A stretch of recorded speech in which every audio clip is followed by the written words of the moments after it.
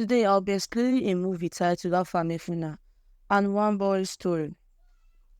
A group of boys were playing football when they noticed a dead body in the bush.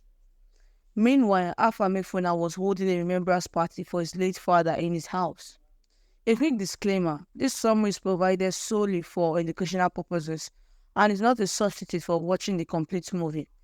It is intended to encourage viewing the entire film for a comprehensive understanding. To download or watch the movie, please check the link in the description below. And if you haven't subscribed to our channel yet, don't forget to do so. Police officer came to Afamefuna's house while the party was still ongoing and said they needed him to follow them to the station because they were investigating the death of Paul Obiajulu. But Afamefuna told the police officers that they wouldn't be able to go with them to the station because of the party in respect to his father's remembrance. And he had a lot of guests in his house and told the officers to give him till the next day. But the officers said it was urgent and he must follow them to their station. He obliged them and told his friends to handle the guests in his absence and that he would be back in no time. Getting to the station, he was taken right into the interrogation room where his statement would be recorded for record purposes. He was asked to identify himself and he gave his full name as Chief Afamefuna Okoli, and that is a businessman who is into the sales of building materials, furniture, import and export. The officer asked why he was doing his father's remembrance now, since his father died a long time ago, and he said he was poor when his father died. The officer asked how he felt about Paul's death, and he said he didn't know, since he only learned about it when the officers came to his house. The officer asked how he met Paul, and that was how he began to tell his story. He met Paul many years ago when his father died. He was 70 years old and his family. One person must go out and hustle and bring money to feed everyone. His mom took him to Lagos to meet Odogo. He's a renowned businessman from his village. He deals in building materials. And they agreed to teach him the trade, which means Odogo is his boss and his apprentice, in Igbo popularly known as One Boy. Odogo gave him 3 rules of the business. Rule number 1, always respect your customers. Rule number 2, don't steal his money. And rule number 3, avoid ruin. It was in Odogo's shop he met Paul, who was also an apprentice, and they became very close. Paul taught him about the ways of Lagos, the business and how to survive generally. He also met Odogo's daughter and immediately liked her. He later found out that she was in a relationship with Paul. With time, Afamefuna became Odogo's favorite because of his good attitude, and the other boys became jealous of him. On one particular occasion, a man came to the shop and proposed the business idea to Odogo. But Odogo refused to do business with him because he didn't trust their business. And immediately after the man left, Paul came to meet Odogo and told him he could have done business with the man because it seemed like a good idea. But Odogo told Paul that he has gone too far in business to know when a business idea is good or bad, and Paul left in anger. Odogo became worried and was sharing his worries with his wife about his goods that were held down by custom, and they were asking him to bring 10 million naira to clear it, which he didn't have, and Afamefuna overheard him.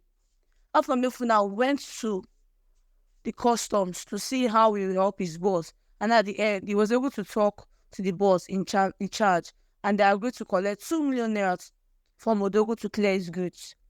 Afamefuna told Odogo about it, and he was very happy and praised Afamefuna for his good deeds. It became obvious that Paul was with Amaka because of her father's money, and he collected a sum of 1 million naira, which he promised to give back. While in the shop, some people came to buy goods, and they brought fake money. Luckily, Paul was able to discover it before the man left with the goods, and Odogo was happy, and he told his boys to drink cola nuts and a bottle of wine. Paul was very happy because he thought Odogo was finally going to settle him, but in the end, to Paul's surprise, it was Afamefuna that Odogo blessed, and for settlement, gave him a shop in Alaba and 5 million naira with access to take goods from his shop whenever he needs to sell.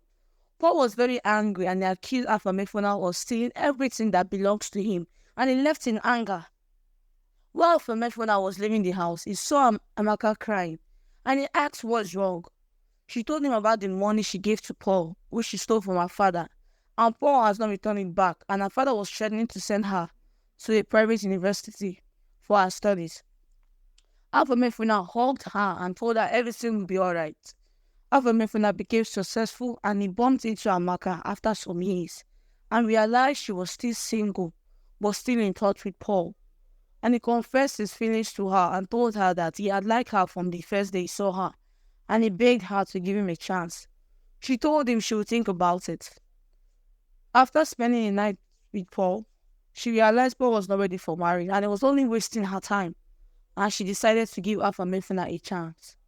Afamefuna got married to Amaka, but Paul did not stop there. He resorted to blackmail Afamefuna for money, saying that he would tell the whole world Afamefuna took everything from him, including the child Amaka gave birth to. Afamefuna gave Paul money and promised to pay 5 million naira monthly to the Danladi brothers. The Danladi brothers were the same people who came to Odogo to do business with him, but he refused, which was later found out that they were into money laundering. Due to the much pressure from Paul, Afamefuna decided not to give it any longer and immediately called the Danladi brothers that he will stop sending the monthly money and they should do whatever they like with Paul. Afamefuna told the officers that it was probably the Danladi brothers that had a hand in Paul's death, and the officers had no other choice but to let Afamefuna go. Afamefuna told Amaka that for a long time he had known that their child wasn't his, and Amaka wept in shame. Amaka told her he loves her and their child regardless of whatever happened in the past. He told her to get ready to go back to the party so that they could join up with the guests. Hard work truly pays. Was Paul ending a truly deserved one? What's your take on Afamefuna and Amaka's relationship? What do you think of the Igbo's practice as regards to our small boy? Is it still effective till today? Leave your opinions and views in the comment section below.